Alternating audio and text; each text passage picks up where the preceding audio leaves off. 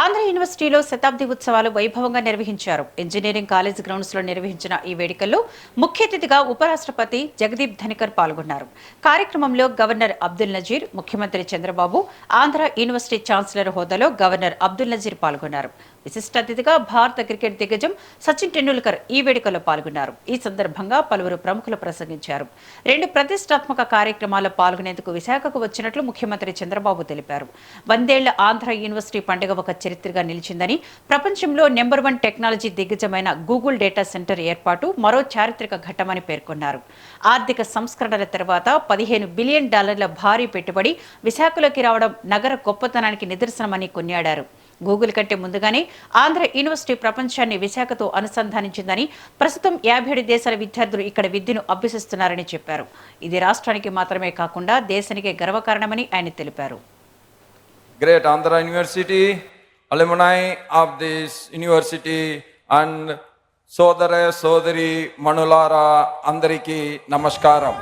It is a great privilege for you and me to be here on the centenary celebrations of the Andhra University, an institution that has witnessed history and also helped to shape the history.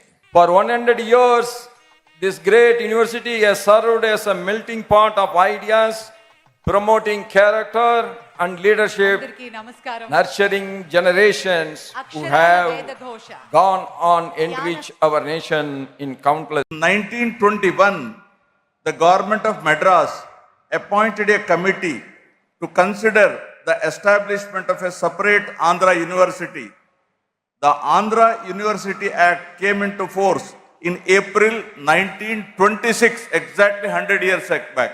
The university started at Vijayawada, then known as Bezwada, on 26th April 1926, with jurisdiction over all the Telugu districts. ఇవాళ ప్రపంచవ్యాప్తంగా అనేక రకాల non communicable diseases పెరిగిపోతూ ఉన్నాయి, పెద్ద సవాలుగా తయారవుతున్నాయి. Cancer, diabetic, ఇంకా అనేక రకాల వ్యాధులు అనేక చిన్న వయసులో కూడా వస్తున్నాయి. వీటన్నిటినీ కారణం జీవన శైలి, లైఫ్ స్టైల్. అందుకని అందరి యువత అంతా కూడా జీవితంలో ఆ యొక్క జీవన శైలిలో మార్పులు తేవడం కోసం ప్రయత్నం చేయాలని మీ అందరికీ మనవి చేస్తున్నాను. వ్యసనాలకు దూరంగా ఉండండి. ఇవాళ డ్రగ్ ఫినాన్స్ ఒక పెద్ద సవాలుగా తయారైపోయింది. గూగుల్ డేటా సెంటర్ అతి పెద్ద ఇన్వెస్ట్మెంట్. ఆర్థిక సంస్కరణలు వచ్చిన తర్వాత $15 బిలియన్ ఈ విశాఖపట్నంలో పెడుతున్నారంటే అది విశాఖపట్నం యొక్క మహిమ. అయితే గూగుల్ కంటే ముందు ఆంధ్ర యూనివర్సిటీ ప్రపంచాన్ని విశాఖపట్నానికి తీసుకొచ్చింది. 58 దేశాల విద్యార్థులు ఈ యూనివర్సిటీ చదువుతున్నారంటే రాష్ట్రానికే గర్వకారణం, దేశానికే గర్వకారణం.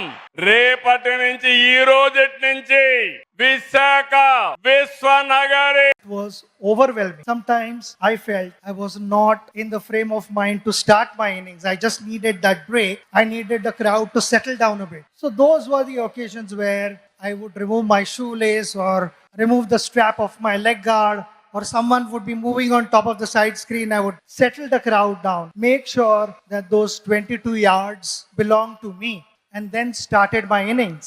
రీసెర్చ్ ని పెద్ద ఎత్తున ప్రోత్సహించాల్సిన అవసరం ఉంది. ఒక్కొక్క యూనివర్సిటీ ఒక సబ్జెక్ట్ మీద స్పెషలైజ్ అయితేనే ఎకో సిస్టమ్ మొత్తం ఏర్పడడానికి అవకాశాలు ఉంటాయని కూడా మనందరికి తెలిసిన విషయమే. ఉత్తరాంధ్ర, ఆంధ్ర రాష్ట్రానికి ఒక ఎకనామిక్ ఇంజిన్ గా మారబోతుంది. రేపు గూగుల్ కి డేటా సెంటర్ కి మనం శంకుస్థాపన చేయబోతున్నాం. ఈ గడిచిన 6 నెలల్లో ఆర్సిలర్ మిత్తల్ ప్రాజెక్ట్ ఇక్కడ ప్రారంభించాం. నిన్నగాక మొన్న గౌరవ ముఖ్యమంత్రి గారి చేతుల మేరకు ఒక ఇంగాట్ సోలార్ సెల్ మ్యానుఫ్యాక్చరింగ్ ఫెసిలిటీ కూడా